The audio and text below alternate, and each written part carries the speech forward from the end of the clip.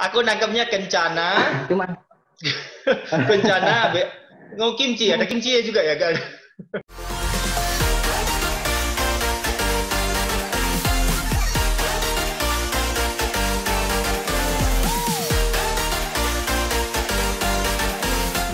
Ko Andreas, thank you udah ngeluangkan waktu ya. Ko, aku mau tanya, dari banyak agent yang aku kenal, dan aku kenal lumayan banyak agent sih.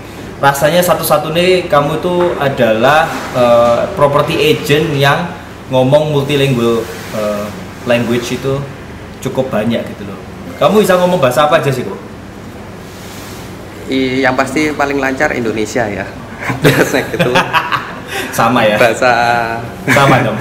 Inggris oke juga. Terus ada juga Mandarin sama Korea. Korea. Bahasa Jawa juga ya? Bahasa Jawa ya, tapi Jawa Surabayaan, bukan Jawa Surabaya. Jawa halus. Kalau kromo inggil itu bagiannya istri. Oke, kalau boleh di grade Ko, menurut Koko dewek, Koko sendiri kemampuan Koko dalam bahasa dari kita Jawa nggak kita hitung ya, 4 bahasa lah ya, 4 bahasa itu yang paling fasih sampai yang paling biasa gimana urutannya Ko?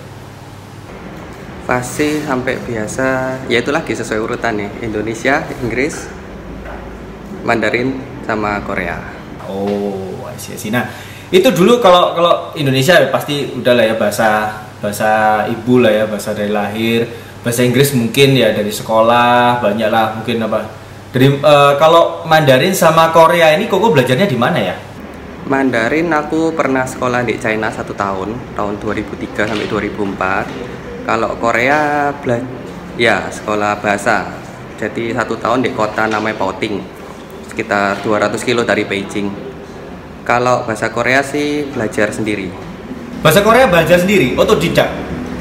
Maksudnya belajar sendiri Iya. itu gimana? Dari kamus terjemah terus dicoba di ngomong atau gimana? Pertama itu aku asalnya bahasa Jepang. Tapi zaman dulu itu mulai tahun aku kuliah 99 sampai itu tuh bahasa kita belajar online itu kan nggak gampang. Internet waktu itu juga masih dial up apa kan, kita materi juga yang di internet itu kan susah. Nah, jadi belajar itu aku cuman belajar dikit-dikit. Misalnya kayak mungkin baca hiragana, katakana aku masih bisa sampai sekarang. Cuman Coba? kalau suruh ngomong yang panjang, iya. Oh, Tapi untuk oke. ngomongnya aku nggak bisa. Oh, iya. Nah, Oke. Karena belajarnya cuma sedikit-sedikit. Nah, waktu itu dia iseng ngomong, "Ayo kamu tak ajari tulisan Korea ya." Ya waktu itu ya udahlah kita belajar hurufnya aja. Ternyata belajar huruf Korea itu juga nggak susah. Karena dia tuh ada spelling kayak ABCD, jadi kita bisa belajar. Nah, cuman dibelajarinya cuman sampai itu toh. Setelah pulang ya mulailah kita waktu di China itu juga tiap hari diajak lihat drama Korea soalnya temenku itu. Jadi film-film Korea juga dia lihat. Jadi ya aku mulai tertarik juga kan. Nah, setelah itu sampai di Surabaya belajar itu mulai belajar cari-cari lah ya di internet tentang semuanya. Waktu itu internet sudah mulai oke nih, sudah mulai gampang kita mau belajar dari internet, dan ada Tahun berapa itu? banyak juga yang 2005-an, 2004 sampai 2005 itu mulai ada, maksudnya banyak yang bisa kita dapatkan.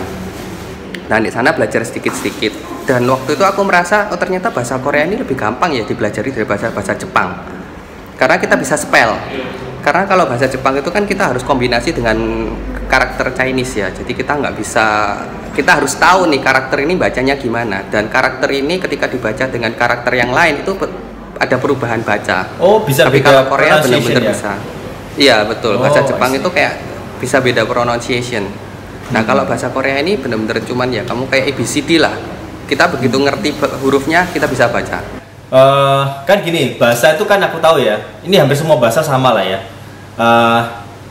Listening, mendengarkan, speaking, reading, writing, ya kan? Nah, kalau listening ini bahasa mungkin yang kalau aku merasa paling gampang dipelajari karena banyak film lah, banyak apa, sama kayak Inggris ya. Inggris yang kita sering nonton dan sebagainya, itu listening kita bagus. Tapi speaking ini kan harus latihan ya gue ya. Dan sepemahamanku tentang bahasa ya, bahasa apapun, sefasih-fasihnya kita kalau kita nggak pakai sehari-hari, ini berkurang nggak sih skillnya, terutama speaking ya? Itu memang bener sih, kita kalau nggak pakai banyak lupa. Cuman ya aku nggak tahu sih ya, kebetulan karena atau mungkin sudah terlalu sering ya. Aku sih lupa, tapi nggak sampai lupa 50% lah. Aku lupanya kadang cuma 20% atau apa itu masih lupa. Cuman untuk speaking memang itu yang bagian paling susah. Oleh sebab itu ketika aku belajar bahasa Korea pun kita bisa dibilang mulai dari 2004. Tapi baru bisa belajar, baru bisa ngomong nih dengan lancar itu baru tahun 2013. Wow, lama ya? Karena kan belajar sendiri dan nggak ada lawan bicara ya. Nggak ada lawan bicara. Waktu itu ya aku ini juga tipenya orang sing maksudnya nggak terlalu ya isin lah, malu lah ya, maksudnya ngomong-ngomong ambil orang itu, ambil lagi orang nggak dikenal. Kalau orang nggak dikenal, maksudnya kalau zaman dulu kan bisa kita belajar dari internet, kita tinggal cari orang Korea yang mau ngomong-ngomong juga banyak sih. Cuman kan rasanya, ya aku ada dapat temen juga dari Facebook orang Korea, dia juga oke sih, ayo kalau mau belajar nggak apa-apa. Cuman rasanya malu gitu loh kan, nggak enak gitu loh. Nah waktu tahun 2013 aku kan sudah ngerjain properti nih, dapat klien tuh orang Korea. Nah dari sana karena aku sudah bisa baca dan aku bisa tulis, tapi aku nggak bisa ngomongnya itu sebetulnya bukan nggak bisa ngomong sih, takut salah ya di tempatnya itu ya. Setelah sama ketemu temanku ini, sekarang jadi temen sih, sampai sekarang juga masih hubungan, dia sudah balik ke Korea. Waktu jadi itu dia datang, jadi teman. Iya. Dan dari klien itu pun aku dapat klien-klien yang lain juga. Dari klien itu pertama dia kan datengin istrinya dari Korea juga. Yang klien yang temanku ini dia bisa bahasa Indonesia sedikit-sedikit dan dia bahasa Inggris sedikit-sedikit. Jadi kita komunikasi pertama kali itu pakai bahasa dua itu. Setelah itu ketika istrinya datang, bener-bener nggak bisa bahasa Inggris, nggak bisa bahasa Indonesia. Nah ketika waktu itu dia butuh beli peralatan rumah tangga karena yang suami itu berangkat kerja dari jam 7 dan pulangnya jam 7 malam, dia kan nggak bisa nemenin beli nih. Waktu itu aku nawarin, kalau mau ya nggak apa-apa, tak temenin. Meskipun aku bilang pakai bahasanya body language ya, soalnya kan nggak bisa bahasa itu gitu loh. Korea. Terus akhirnya kita pergi, istri ini oke, aku sama Evi kan juga bertiga pergi. Nah pada waktu makan itu aku iseng, tak ajak ngomong bahasa Korea gitu loh, aku nyoba bahasa Korea nih. Ternyata dia kok ngerti aku ngomong apa. Terus aku ngomong lagi, dia ngerti. Nah terus begitu dia mulai ngomong pakai bahasa Korea. Dan aku mengerti, karena aku listening, aku mendengarkan, aku ngerti, tapi aku nggak berani ngomongnya. Ketika dia ngomong, loh ternyata kamu kok ngerti semua. Nah aku ngomongnya juga, aku tanya, aku ngomong gini kamu ngerti tak? Dia bilang, iya aku ngerti. Nah setelah itu dia ngomong sama suaminya, loh ternyata dia ini loh bisa bahasa Korea. Lah sejak itu juga suaminya itu kalau ngomong sama aku, itu pakai bahasa Korea juga. Nah dari sana kita mulai sering berinteraksi, dia juga sering tanya-tanya gini itu apa. Dan kemudian jadi temen itu seminggu sekitar biasanya sebulan minim aku 2-3 kali ketemu ke rumahnya dia, ketemuan sama dia, keluar makan bareng sama dia. Nah dari sana mulailah belajar bahasa Korea.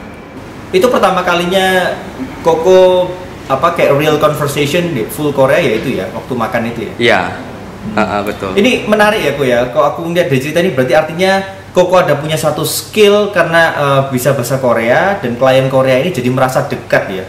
Mungkin kalau pada waktu itu Koko nggak nyoba ngomong dengan bahasa Korea, mungkin dia nggak akan merasa sedekat ini. Nah, soalnya aku tahu sendiri ya, beberapa orang Korea yang aku kenal, mereka itu sangat proud sama bahasanya, ya kan? Meskipun mereka tinggalnya di luar Korea, di luar mereka belajar bahasa Inggris lah, ngomong dengan orang bahasa Inggris, bahasa Indonesia mungkin kalau di sini ya.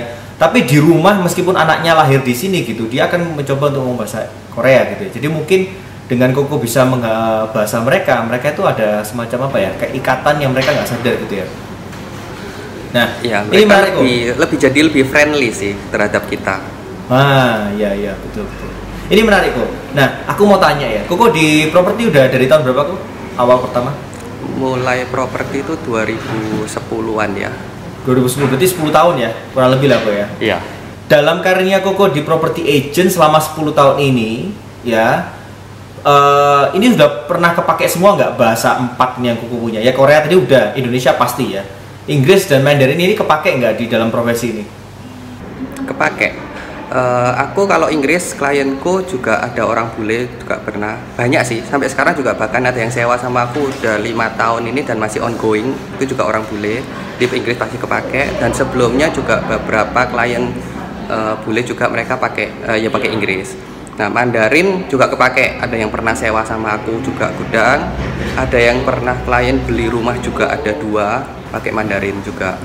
Dan ketika bisa bahasa Mandarin itu pun juga lebih komunikasinya lebih enak sih, mereka juga lebih welcome dengan kita, juga lebih enak gitu kita komunikasinya. Secara nggak sadar mungkin trust level mereka ke agentnya jadi meningkat ya kok ya. Iya betul. Aku sempat juga ada nanganin klien bule kan, setelah aku ngomong-ngomong bahasa Inggris kan orangnya cukup akhirnya cukup apa ya, loyal lah. Ternyata klienku itu bilang bahwa sebenarnya orang luar itu begitu dia di sini sebagai expat, waktu dia mau cari kebutuhan properti ya, dibantu sama agent, itu ada perasaan juga dia takut dibohongi. Begitu ada agent yang bisa bahasa mereka, ini kayak semacam ada semacam kepercayaan otomatis gitulah.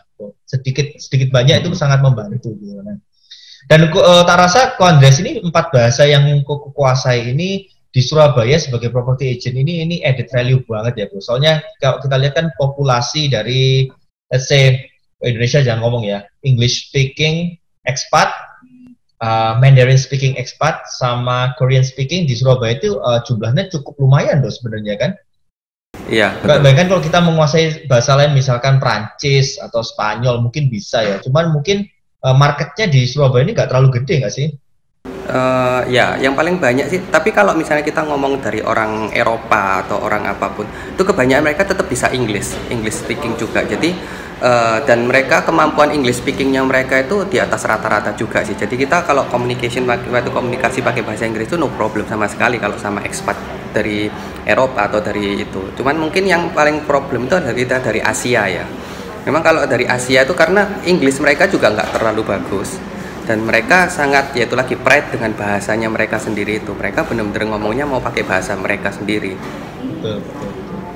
Rasanya juga itu ya, kalau kita ngomong Korean sama Chinese yang mainland ya, memang expat di sini tuh cukup gede juga loh ya, jumlahnya. Oke kok, ini menarik karena dari ada satu skill yang gini.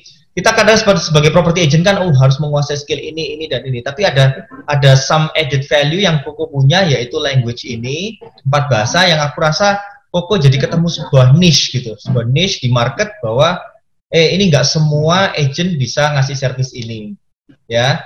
Dan ini luar biasa sekali, dan ini bisa jadi inspirasi buat teman-teman property agent lain di Surabaya. Skill apa lagi yang saya punya yang bisa saya jadikan ini sebagai added value sebagai property agent ya. Kok sebelum tak tutup ya, kan berarti kamu pakai language skillmu ini dalam urusan properti. Nah, aku mau minta contoh kok.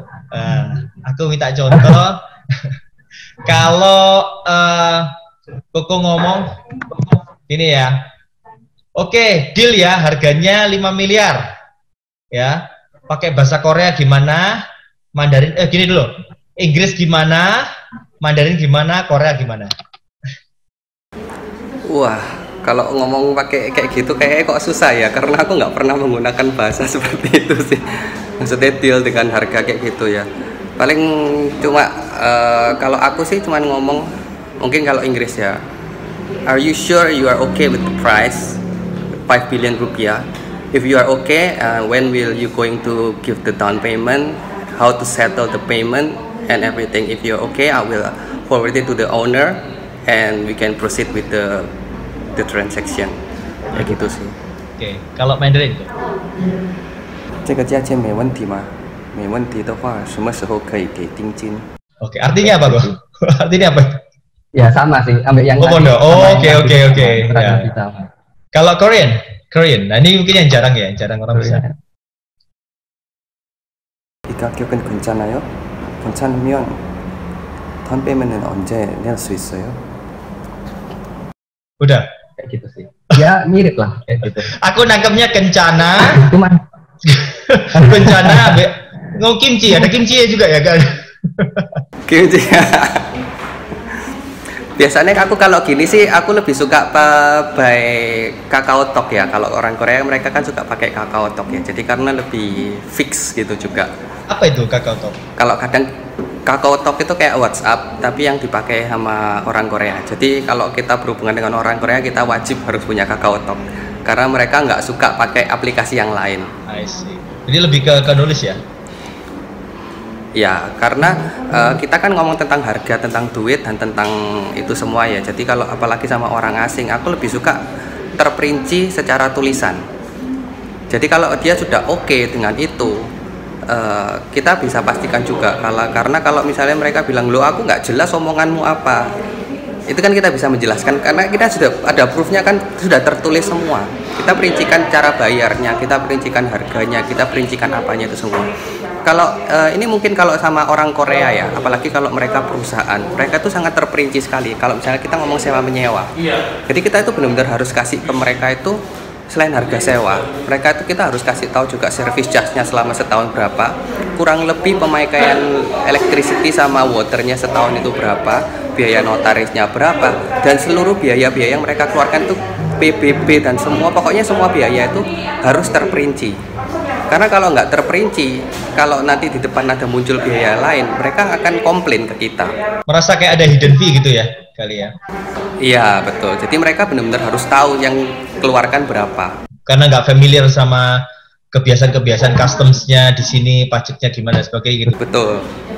Karena kalau di Korea sistem sewa menyewa di Korea itu benar-benar 100% berbeda sama kita. I see. Oke, Ko, itu sih ngobrol-ngobrol santai. Thank you for dropping by di Minicastku. Ini episode pertama. Semoga nanti episode berikutnya. Episode pertama, Rek. You're my first guest star. Oke, thank you ya, Ko. Thank you. Thank you apa ya? Kamsahamnida. Kamsahamnida.